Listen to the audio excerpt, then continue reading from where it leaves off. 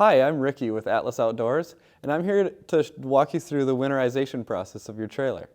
There's no tools required, no air compressor required. Everything that you need is pretty much ready to go. So if you want a pail, you could get a pail for draining the water into. Otherwise, it's all ready. So let's get started. The first step is to shut off the water pump. So that would be this switch, just shut it off. The next step would be, while we're here, we can shut off the water heater. And that's just done on this panel. You can either scroll to the heater and shut it off, or you can just shut the whole panel off by holding this in. The only other thing that you may want to do is you may want to lean the trailer towards the driver's side, since that's where the drains are. So to do that, we have the air suspension on this trailer, so we're just gonna raise up the passenger side. Now we're over at the water heater, and this is on the driver's side of the trailer. And this is the access panel for the water heater. We just need to take this off, just rotate the knob, and then you just pull up on this to get the door off, and we'll just let it hang while we're doing the winterizing. And then we just need to switch it off. It'll be either up or down. Just switch it to the middle, and then we need to let it cool off. Now we're at the back of the trailer, and I'm just going to show you the drain for the water tank quick. This is the fresh water tank drain right here. There's a little pipe that you can see coming out the bottom, and that's where the water drains out of the freshwater tank. So we just need to put a pail under there if you need one to catch it. Otherwise, you can just let it run out, and then we'll go inside and open the drain for the freshwater tank. Now we're inside the trailer, and we need to drain the freshwater tank. So the drain valve is on the bottom of the tank on the driver's side. The freshwater tank is actually right underneath me. So we just need to go to the driver's side, bottom of the tank, and there's a drain valve there that we need to open. So down at the bottom of the freshwater tank is the valve to drain the water. So when it's perpendicular, that means it's closed, and you just need to turn it 90 degrees, and then it's open and draining. Once the freshwater tank is draining, let it completely empty before moving on to the next step. We recommend just to leave the drain valve open. Once it's empty, just leave it open all winter long, and that will allow fresh air to get in and out of the system and will keep the condensation from building up inside of there. It'll just let the system breathe a little bit, and that's the method that we prefer. There are some that are concerned about insects and other things crawling up through the drain tube and getting into the system, into your water tank and things. So if you prefer to just close the drain valve over the winter, that's fine. You can do that, and it'll be just fine that way as well. So we just prefer to leave it open, but you can choose the method that works best for you. Now we're just going to let the pressure off of the water system, and to do that you can just open a sink faucet or a shower. I'm just going to open the sink faucet here, and we'll just let that water drain out, and then that will let the pressure off the system so we can continue. Now we're at the water heater inside the trailer, and these are all the lines going in and out of the water heater. And this is with the fridge slid out. So slide the fridge out so you can access them easier. And then these are the valves that we need to deal with next. So what we're going to do is put it into bypass mode. So we want to bypass the water heater so that the water goes past it instead of going into it. So we are going to put these valves, when these valves are parallel, that means they're open, and we don't want that anymore. So we're going to close them by turning them perpendicular, and we want to get all three lines that way. And then we need to open this line here, is the bypass line, and we need to open that so that the water can go past and bypass the water heater. You can leave it in bypass mode if you want to just use the system without the water heater. You can just leave it just the way it is right now, and then you can use the system. That way you don't have to winterize the water heater again. If you just want to bypass it and use the cold water for a quick trip, you can certainly do that. So now we're back at our water heater on the outside, and we've let it cool down. And when we let the pressure off of the water system, that should have taken some of the pressure out of the water in the water heater as well. So that'll help us for our next step. So what we want to do, we've bypassed the water heater, and now there's some water left over in the water heater that hasn't actually been drained. And now that it's bypassed, it'll have no way of escaping unless we drain it right out of the appliance itself. So we're going to do that next, and that's just with this drain lever here. There's just this little latch, and you just push that up, and then pull the drain lever down. And then do this part slowly because this filter here is going to pop out. So just be careful with that so that it can pop out naturally.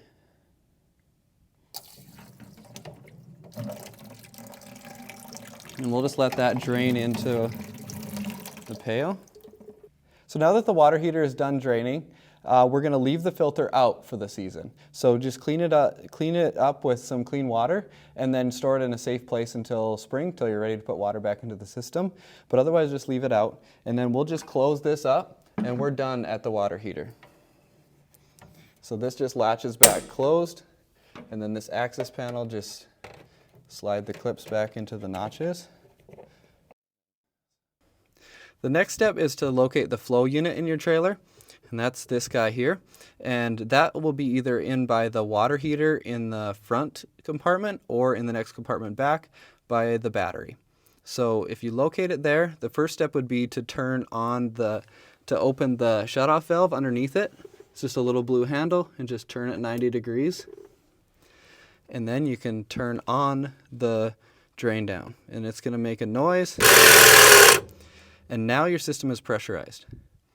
So you notice that the flow ran just shortly, and then it shut itself off. If it continues to run, you can let it pressurize the system for maybe a minute or so. The manufacturer says if it runs for more than 90 seconds without shutting off, then you need to turn the unit off, just switch it back off. And that means that there's an open valve or something somewhere that's allowing the air to get out. So you need to troubleshoot that before you continue. So now that we've turned the flow unit on and pressurized the system, what we've done is start to enter air into the system. So the point of the air is to just push the water out. So there's an air line that runs from the flow unit up to the water pump, and it actually enters right after the right after the freshwater tank. So then it's going to push air through the line. Where it enters into the line there, it'll push it through the water pump and then out into the system, to the sink and to the shower, and etc. So anytime that you are going to open a sink valve or a faucet or shower, it's going to let water out, and then that flow unit is going to automatically kick on, and it's going to push air in behind it, and it's just going to push the water out. And then as you close it, when you close it, it's going to stop it. The unit will continue running, and it'll pressurize the whole system back up to 15 psi, and then it'll automatically shut off. So that unit is going to be automatically turning on and off throughout the process. When using the flow unit for the winterization process, keep in mind that it can burn out if you let it run for too long. So try to keep the intervals shorter while you're opening the faucets and the shower. It should only take 30 to 60 seconds. So if you're letting it run for minutes at a time, you're just risking burning out the unit from letting it run too long. So try to keep shorter intervals, especially with the size of the plumbing system in this trailer. You don't really need the longer periods of time for it to be running anyway. So now we're back out at the exterior sink, and we're going to start there to drain out the water. So the first step would be to turn on the cold setting on the sink.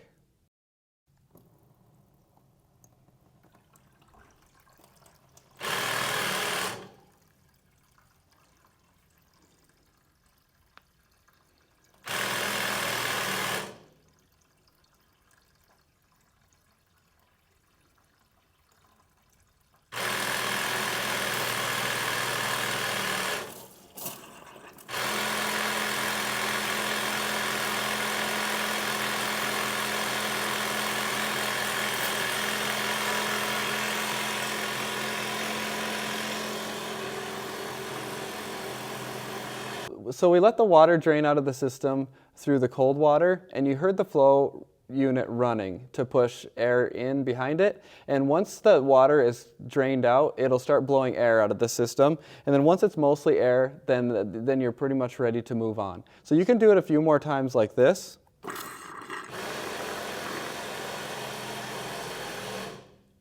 Until the water is out of the system, and then we'll move to the hot setting. So just rotate the sink to the hot setting, and then we're going to do the same thing on there to get the water out of the hot line.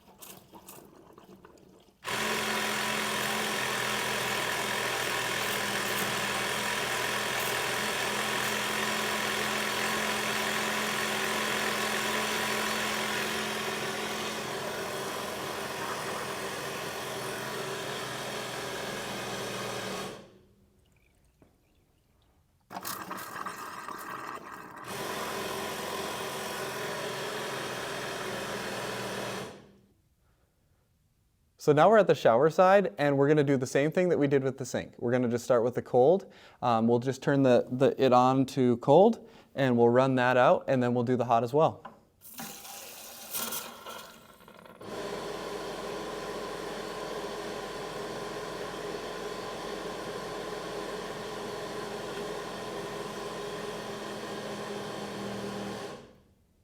And now we'll turn it over to the hot.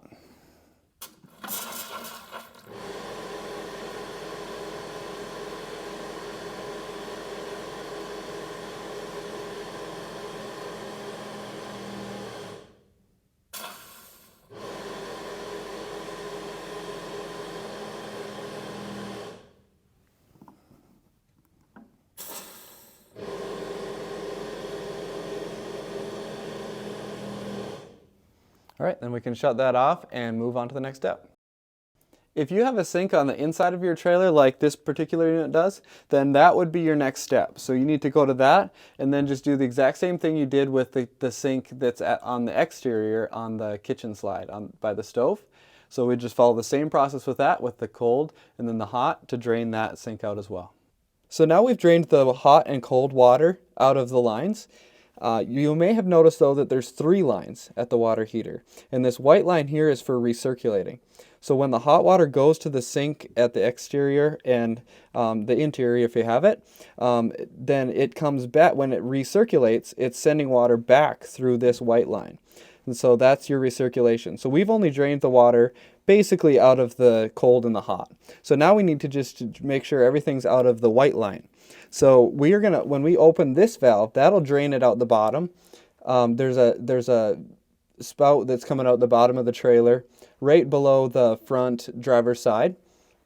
And so when we open this valve, it's going to just let the air push through the hot and cold lines out to the sinks and then back through the recirculation line. And it'll push that water out. So let's open that.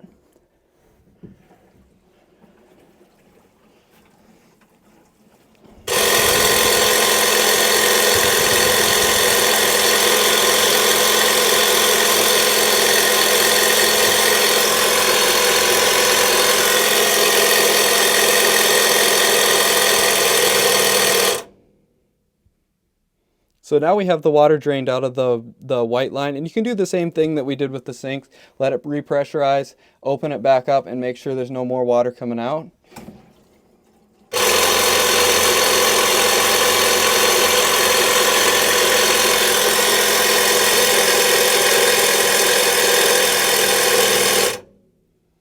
So once you've done that a few times, that will have the water out of your recirculation line, and then we can move on.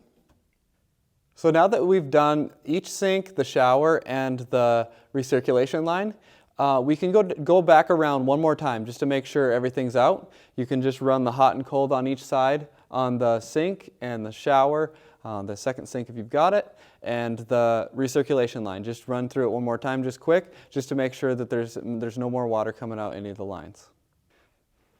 So now we're back at the Floe drain down unit, and we are done with it now. So we can shut this off. So we'll just flick the switch back off, and then we shut the shutoff valve off as well.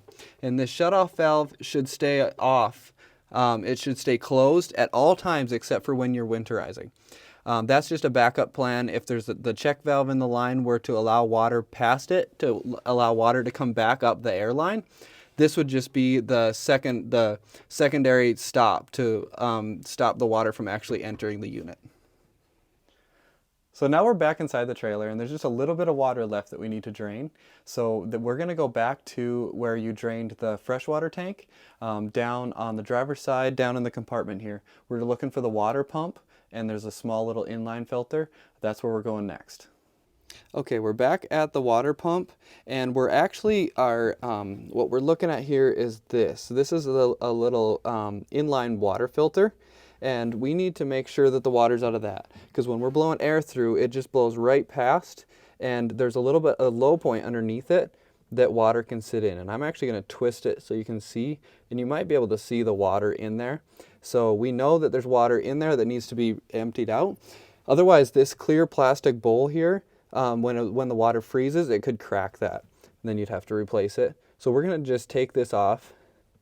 Might be a little bit tight to start with, but then it'll Loosen up, and then we're going to take that off and just drain the water out of there and then leave it off for the winter. So the last step is just to make sure that there's no water on this side of the pump. So the water on this side can go back out of this bowl where the bowl was taken off. And then we just want to double check this side, make sure there's no water here that might, since this is a low point with this hose coming down, we just want to make sure there's no water here. There shouldn't be, but we're just going to twist this off here with this basically a plastic wing nut. We're going to just twist that off, put a cloth underneath like we have just to make sure there's no water. Do the same for the filter over here when you're doing that one, and then it'll pull this hose off, and there's no water there, but just a good second, just a safeguard to make sure there's nothing there. And you can just leave this off as well for the winter. And that completes the winterization process for your TetonX trailer. If you have any questions, feel free to let us know in the comments or just reach out to us directly. Thanks for watching.